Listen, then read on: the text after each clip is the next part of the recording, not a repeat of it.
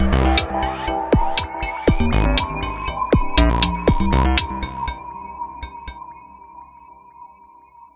afternoon, everyone. My name is Richard Turney. I'm a barrister at Landmark Chambers, which is just around the corner on the corner of Fleet Street and Fetter Lane at the moment. We'll probably move if you join us. We'll be in a different building. I did my pupillage between 2007 and 2008, and I took up tenancy at Landmark in 2008. So I've been practicing there for 5.5 years.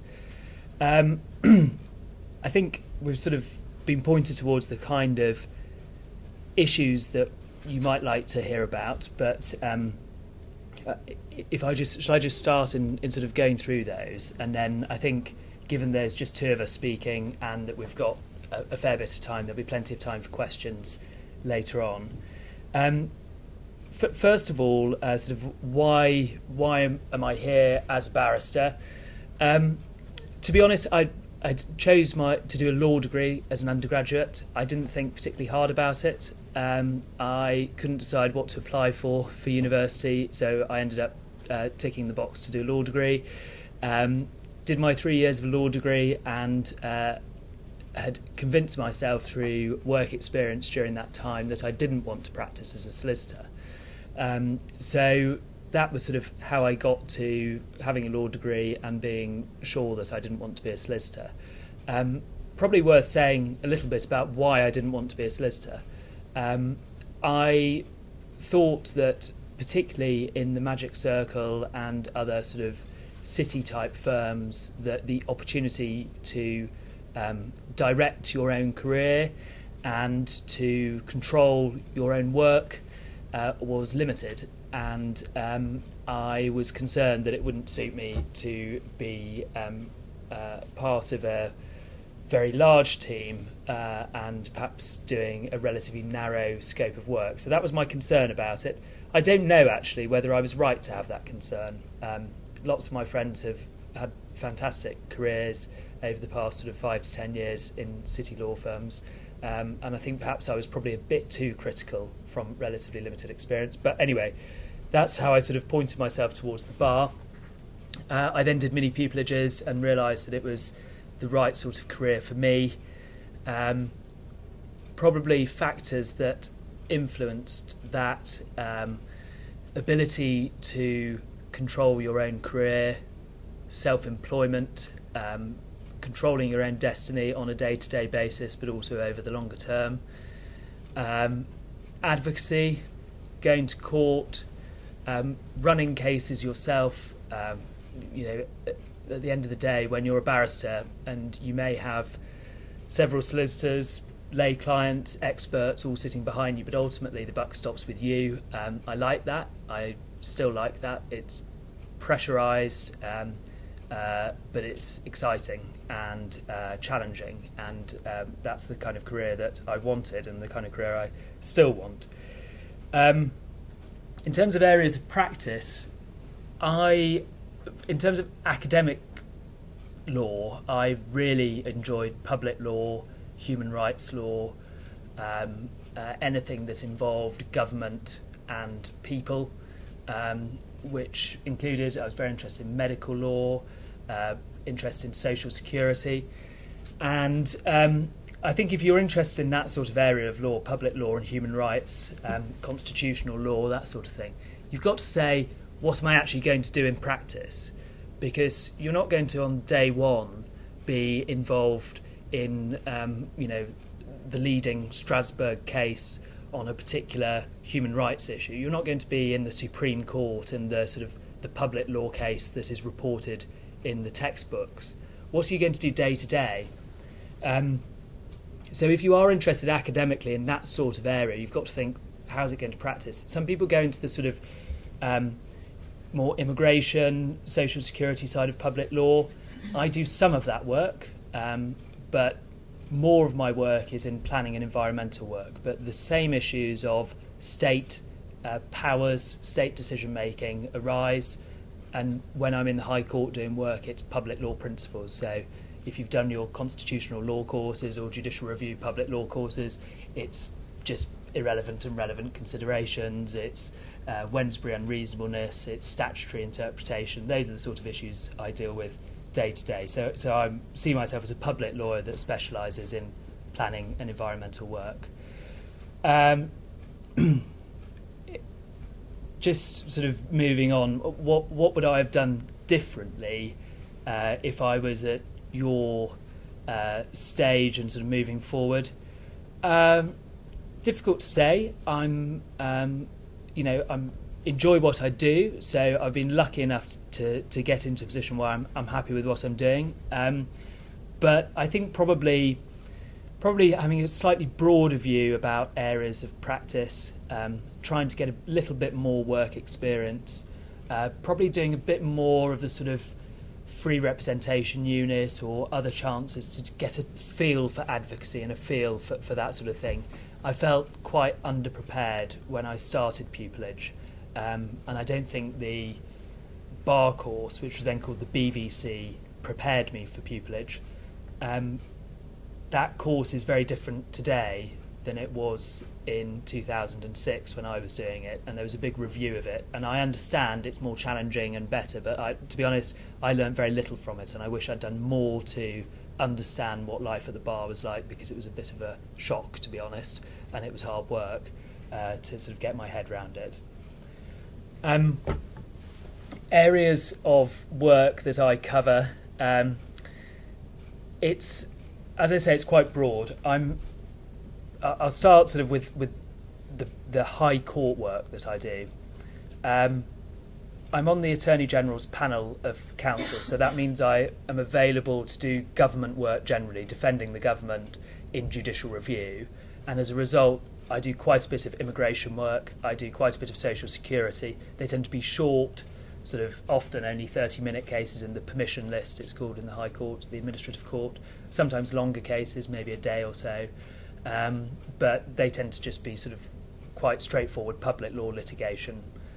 I'm then also in the High Court, I do quite a lot of statutory planning challenges and planning judicial reviews, which is people challenging decisions of either local planning authorities to grant planning permission for a particular development, or people challenging decisions of the Secretary of State in respect of development. So that's a fair bit of my work.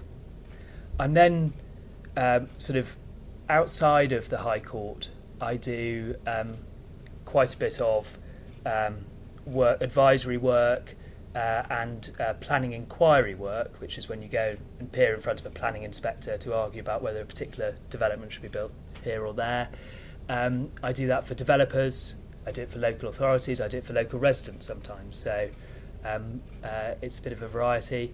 And then I do some tribunal work as well, which at the moment it would be immigration and social security work, but in due course more planning and environmental work is moving into the tribunals, so I think that's where it will go in the future.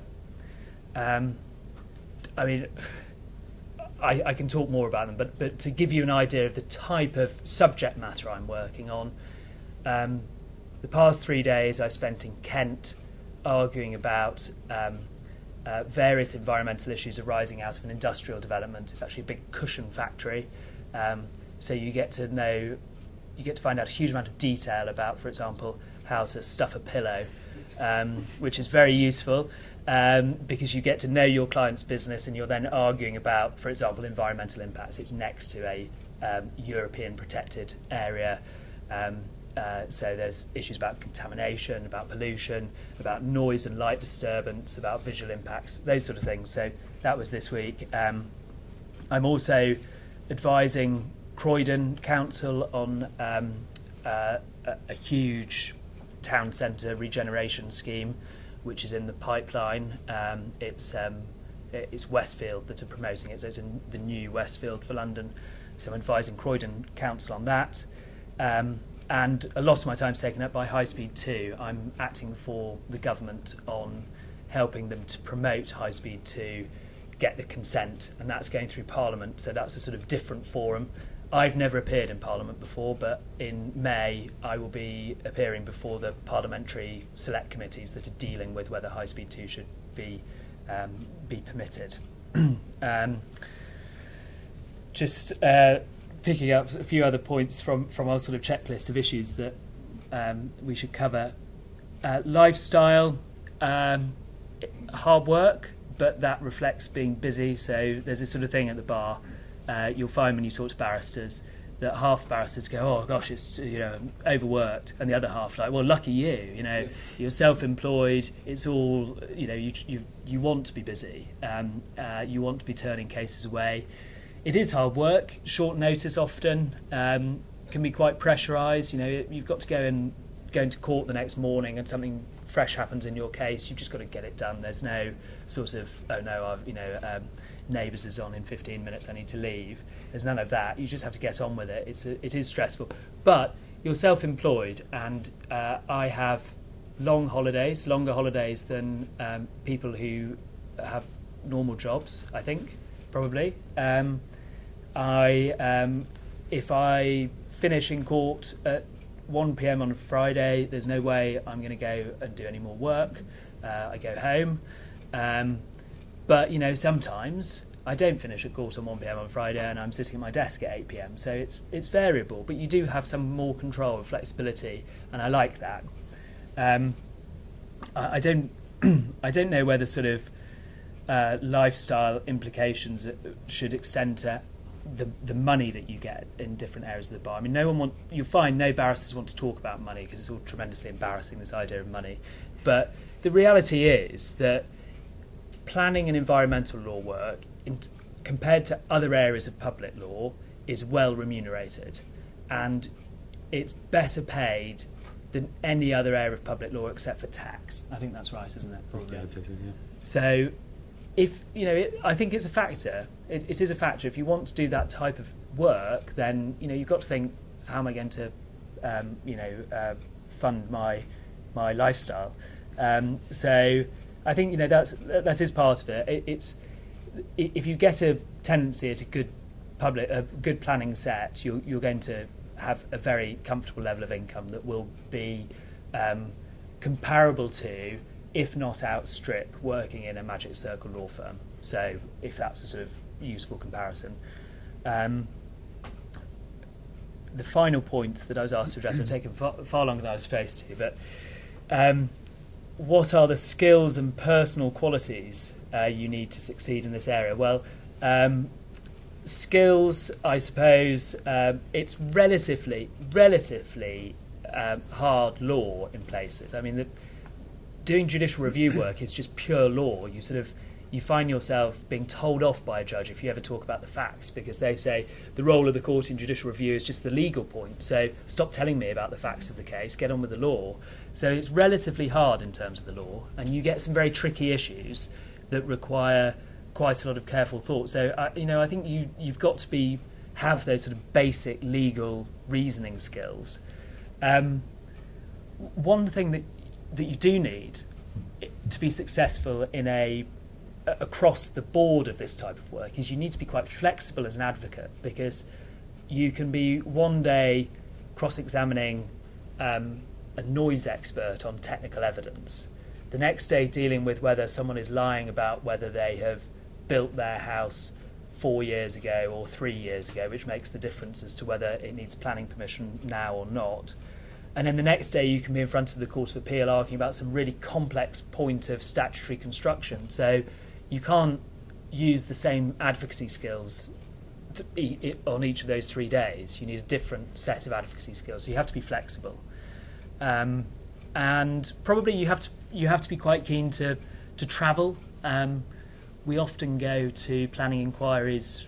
Planning inquiries are normally held where the site is. So I know Jack's just been in Gloucester. I was down in Kent this week. Sometimes, I've had a long case last year in Liverpool. So you do have to be willing to travel, and obviously that sort of hotels, away from home and all the rest of it. So anyway, I've spoken for far too long. So shall I hand over to Jack? Yeah. Okay. Thanks. So my name's Jack Connah. I am the junior tenant at Francis Taylor Building. So I finished my pupillage in October of last year and was taken on straight away. Now, I had a sort of a mental checklist of things that I was going to talk to you about, and I've actually been checking them off as Rich has been talking. So I don't actually have an awful lot to add, because it sounds like, although Rich is a few more years ahead of me, we've actually had quite a similar background in how we came to planning law. So I'll run you through that briefly and then sort of explain to you a little bit about my practice at the sort of the very junior end of the environmental law bar. So I did a law degree for similar reasons to Richard, actually, and I didn't think that hard about it. I originally applied for an economics degree, and I didn't think hard enough about that because I then realised I didn't want to do economics, and then switched to law, did my law degree. And during the course of my law degree, I realised that, as Richard said, constitutional law, administrative law were the main areas that I was interested in. And then I came across the problem that a lot of people find when they've made that decision of how do you put that into practice. You don't meet many people who are constitutional solicitors, for instance, or constitutional barristers. And for quite a long time, I thought that I might want to put it into an academic use and become a teacher at university, because that seemed to me to be the sort of the most logical thing to do with it. So I finished my law degree not convinced that I wanted to be a solicitor or a barrister. And I went and worked in the Law Commission for 2 years, which is a research body in the Ministry of Justice. And through twist of fate, I actually ended up working on the intestacy project, which is sort of not very close to planning at all. But I spent a year doing that, and then I spent a year doing marital property agreements, which is even further away from planning. And I hoped that would tell me if I wanted to be an academic or a practitioner, and it didn't. So I then decided to go and do a master's in public law and human rights, because I knew I wanted to be a public law practitioner, and I thought I had to get back onto the public law track. So I went and did that, and then it was during the course of that I realised I didn't enjoy my master's enough to do a PhD and become an academic. And I thought, right, I've got to make a decision now, so I decided to go for the bar. So it was quite a roundabout route that I took, but in fact, for the same reasons that that Richard gave earlier, I knew that I wanted to be a public lawyer, but I quite wanted to do a sort of a species of public law which had quite a practical application to it. And I sort of came to the view that planning environmental law would be something that I'd be really interested in, because it's very, it sounds quite trite, but it's quite tangible. At the end of the day, you get a building out of it or something, or you get to go on a site and you get to look around a site. And Richard made quite an interesting point at the end about facts and judicial review. And he's obviously right that judicial review is, it's a legal remedy, you talk about the law. Whereas when you go to planning inquiry, it's incredibly factually sensitive. So you will have experts on, you said noise, you'll have experts on bats, you'll have experts on watercourses, and you become experts in things very quickly. And I'm the sort of person who can spend hours whiling away time reading Wikipedia and following the links and just going through. And I had a case just before Christmas that was all about a basement application in North London. And the real only objection to it was its potential to affect nearby trees.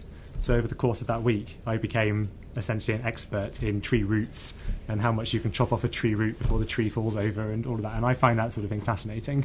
And I don't know how many other areas of law there are where you have that ability to go from being, as Richard said, one day talking about legitimate expectations and irrational considerations, to talking about tree roots, to talking about overhead pylons, talking about where you're going to focus development. So for me, it's a mixture of the hard-edged law, which I find fascinating and always have done, and also the practical side of it, and the variety of forums in which you find yourself speaking. Now, because I'm quite junior, I haven't been in the High Court yet, so my main practice so far has been magistrates and county courts. And I think what I would say to all of you here who are thinking about an environmental law practice is you have to be flexible when you start out. Richard said you're not going to be involved in the next big public law case or the next one that's going to go to Strasbourg or the ECJ. And that might happen, but you're going to be doing smaller scale work. So, for instance, I've done planning enforcement work where people have put something up without planning permission, they've breached an enforcement notice, and you go to the magistrates court and you either defend or you prosecute them for that. I've done some injunction work to try and get injunctions against people who are doing things they shouldn't without planning permission. But you'll also find yourself most likely doing work in fields that are related to environmental law. So a lot of environmental law has a local government element to it, and local government work extends beyond environmental law. So, for instance, I do some ratings work, which business rates, do some licensing work, some education work, some highways work. And that's the sort of thing that you can all find, you expect to find yourselves doing in addition to your sort of standard judicial review planning practices. And at the junior end, I find that quite attractive because you can very well come into an area of law thinking that you want to do environmental law, but you don't know, you might actually be the next big ratings lawyer, but you've just never actually started, you've never done anything.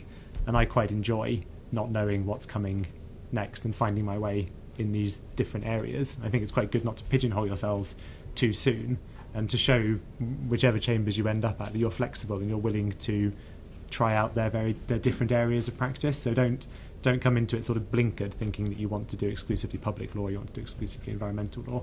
Be flexible and be willing to try different things. So in terms of, it might be helpful if I just explain a little bit about pupillage, and it'll obviously depend on which set you go to, but I think the general way is probably fairly reflective of the one I did. And I found myself for the first 4 months of my pupillage basically shadowing my supervisor and doing what my supervisor did. My supervisor at the time had an almost exclusively planning and compulsory purchase practice, so I ended up doing a lot of planning, a lot of compulsory purchase. And as Rich said, that involved travelling, so I spent 2 weeks in Northampton, spent 2 weeks in mid Wales, and I've just, as a junior in a case, spent 6 weeks down in Gloucester. And people who don't do it think that travelling with business can be quite glamorous, and it can be, but equally sometimes when you're going down somewhere for the 6th week in a row and you're living out of your suitcase again, it's not. So there is important to have that flexibility and that willingness to be away from home quite a lot, because that will happen in this area of law. But my pupillage, they were very keen to get us to do work for as many members of chambers as possible. And when you look at the list on the door, you think, how on earth am I going to get the time during my pupillage to do 50-odd pieces of work? And yes, it's a big ask, but it's also a great way of getting to know people and also of experiencing the different practice areas, which is important for the reasons I just said about being flexible. And I found people were tremendously willing to support me during pupillage. And I think one thing that's important to remember is that not many people come into environmental law as barristers with an environmental law background, because not many law degrees have environmental law modules. The GDL certainly doesn't. So you're mainly going to be looking at people who have got an environmental law master's, and I don't have an environmental law master's. So I came into this not really knowing what I was going to find when I started working. And that's a bit daunting, suddenly you sort of put yourself down this path and then you get presented with your first A1 planning diagram and you sort of just wonder, where do you even start? So it's people are there to support you because they know that's how it is for the vast majority of people. And so in terms of sort of things in hindsight that I wish I'd done, I can do no more really than echo what Richard said. I remember when in my second six I started taking on my own cases for the first time. And my first case that I got was a road traffic accident case, which obviously doesn't have any relation to planning at all. And I hadn't done any through work. I hadn't done any pro bono work. I'd done mooting beforehand, but when you suddenly get your first road traffic accident papers, the moot that you did that was set in the Supreme Court on aspects of European law suddenly is of no use at all. So I spent probably 2, maybe 3 days preparing this sort of 2-hour road traffic accident hearing. So the client got very good value for money in terms of the amount of hours I spent on it, but you didn't need to spend that long on it. And I think if I had spent a bit more time beforehand doing some through work or some pro bono work, it would have been an asset, because I wouldn't have been so nervous when I turned up in court on that day the first time. Because the first thing your client says to you is, have you done many of these?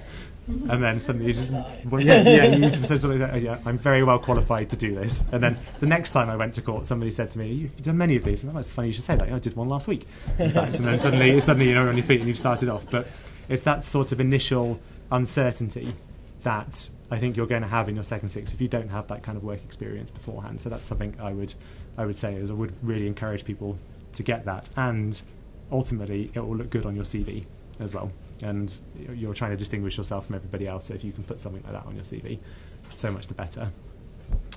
And I think really I don't know, I've got a lot to add to what Richard's already said, so in the interest of sort of freeing up some time for questions, I think I'll leave it there. Yes. Does anyone have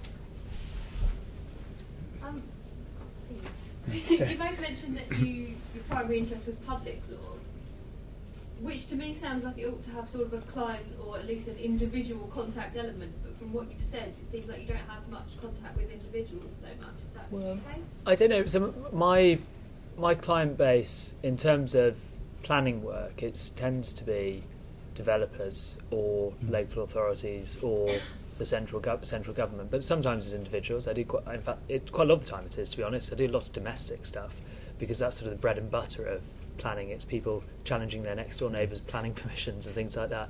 So there is quite a lot of that. And also, as I say, you do cross over into other areas within that. And Jack was saying, talking about licensing, and I say I do some immigration work and things like that. So you do have contact with individuals. It's not probably as often that your client is just a single person being subjected to some horrendous state power as if you were solely practicing in, say, social security. But it's not. It's still quite human. And I think one thing is that I didn't really mention is planning is what Jack said really made me think about it. Planning is about the place we live in, and people have very human reactions to that. And actually planning inquiries, some of you may be thinking, gosh, I can't think of anything more boring sitting and arguing about bats, but actually they can be very emotional, planning inquiries, because people care about where they live and they care about the environment. People have emotional responses to it, so it's not entirely devoid of that. And actually probably one of the aspects that I enjoy of my job is my sort of emotional side on the environment and looking at the sites that I'm working in and thinking about the environmental impacts and stuff, because I enjoy that. I like being outside, and I get to wear wellies occasionally for work, so that's great. But no, it's probably less human than other areas, less sort of individual human issue, not as concrete a human issue perhaps as, say, social security or immigration.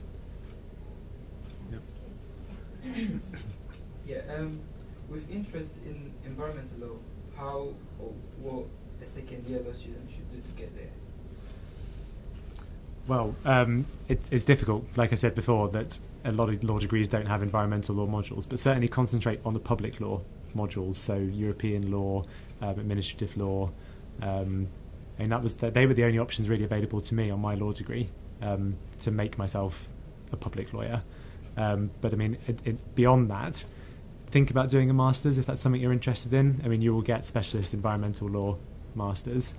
Otherwise, there are plenty of organisations out there that have student memberships. UKLA, United Kingdom Environmental Law Association, they do seminars, talks. They run a mooting competition. It's a very good thing to do. And there are sort of pro bono opportunities as well with environmental law organisations and Friends of the Earth as well. They're all things you can get involved in. But I think certainly from a chamber's perspective, I think people recognise that academically it is quite difficult to get a qualification in environmental law. One, because it's such a wide topic area, and secondly, just because a lot of places don't offer it. And certainly it's not something you're going to come across on the BPTC. We do have environmental law module. Okay, but I'd certainly take that because not many places offer that. So if you've got the opportunity, I would seize it. But otherwise, beyond that, it's going to be the sort of things I said, the extracurricular, sort of pro bono work and student societies, that sort of thing. Excellent. Yes.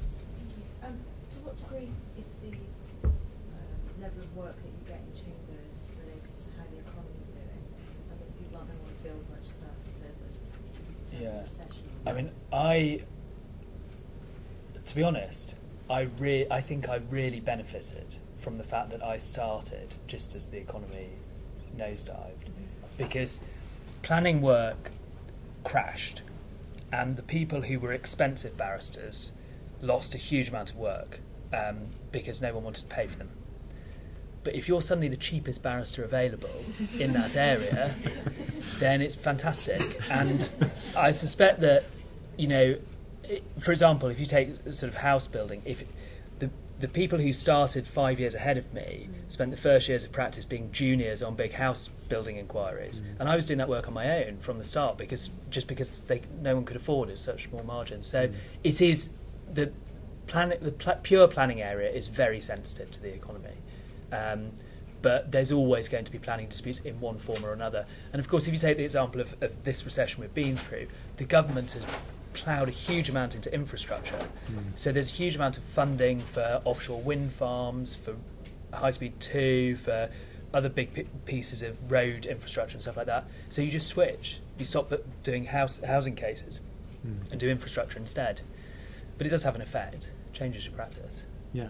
I think perhaps at sort of where I am at the moment, I mean, my practice is made up of so many different bits of law that it sort of smooths out the rough that you can get in the economy.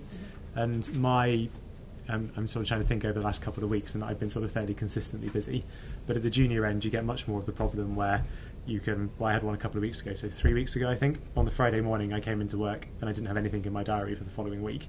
And on the one hand, you think, well, that's quite nice, I've got a free week coming up. But then ultimately, you're self-employed, and when you're not earning. But then about 3 hours later, by Friday lunchtime, I had 4 court cases in my diary for the following week. And then suddenly you go from thinking, oh, I've got a really nice weekend ahead, to actually, well, I'm going to be sat at my desk all weekend.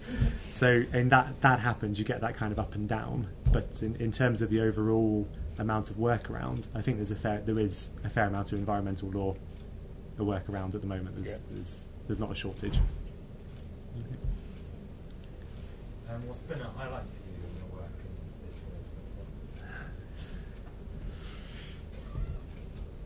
far? Well, it's quite a difficult one to answer actually, but I was quite lucky in that I got taken on as a junior to, in one case a silk and in another case a senior junior, and I've got 2 cases in the Court of Appeal coming up in the next couple of months, which obviously I'm helping, I'm not the one actually presenting the case in the Court of Appeal, but I think it's quite unusual to get that sort of exposure as quickly as I will, and that has the potential to be quite a significant case. So that's something that will be a highlight, I'm pretty sure. Sort of what is actually a highlight is putting your wig and your gown on for the first time. That's quite a good moment when that comes. I mean, for me, it was a sort of fairly boring directions hearing in the High Court, but even so, that's it's what you're sort of working towards. So when you can first sort of walk into court with that, it's quite good.